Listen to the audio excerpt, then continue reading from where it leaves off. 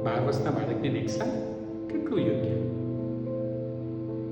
સામાન્ય રીતે કોઈ પણ જીવાત્મા સંસાર પ્રત્યે પૂર્ણ વૈરાગ્ય ભાવ અનુભવે ત્યારે દીક્ષા લઈને સંયમના માર્ગે જાય એ સમજી શકાય.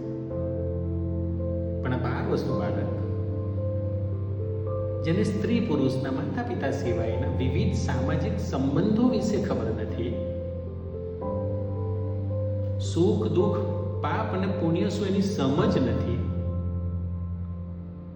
ધર્મ અર્થ કામ અને મોક્ષના ભાવાર્થ સુદ્ધા જાણતું નથી, બિલકુલ બાળ સહજ જીવન જીવે છે. એના માટે સંસાર અને સંન્યાસ બંને સરખું છે. એને સંસારથી વૈરાગ્ય આવી ગયું એ કઈ રીતે સમજાય? એ શું કામ સંસારનો ત્યાગ કરે? જો ખરેખર બાળકમાં સંયોગથી વૈરાગ્ય ભાવ હોય તો એને સ્વેચ્છાએ સંસારમાં રહી સંયમિત જીવન જીવવા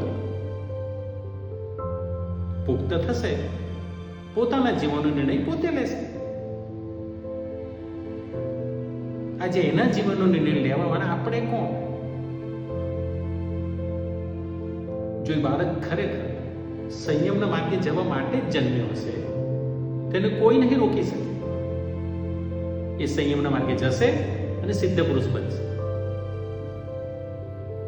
એને આજે બાળ સહજ જીવન જીવવા દો, રમવા દો, ભણવા દો.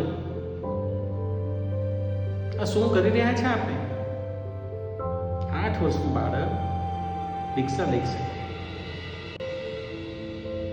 શાસ્ત્રમાં આવો ઉલ્લેખ હોઈ શકે, પણ આપણે એનો અર્થ નહીં, ભાવાર્થ સમજવાની જરૂર છે. આ એક પંથ સાથે જોડાયેલો સામાજિક વિવાદ છે. એક નિર્દોષ બાળકના જીવન વિશેનો નિર્ણય છે. સગા સંબંધી અને સામાજિક અગ્રણીઓએ સંવિધાન અને શાસ્ત્રથી અલિપ્ત રહી વિવેક બુદ્ધિથી સમાધાન શોધવાની જરૂર છે. આ વિવેક માટે ક્ષમા પ્રાર્થી છું.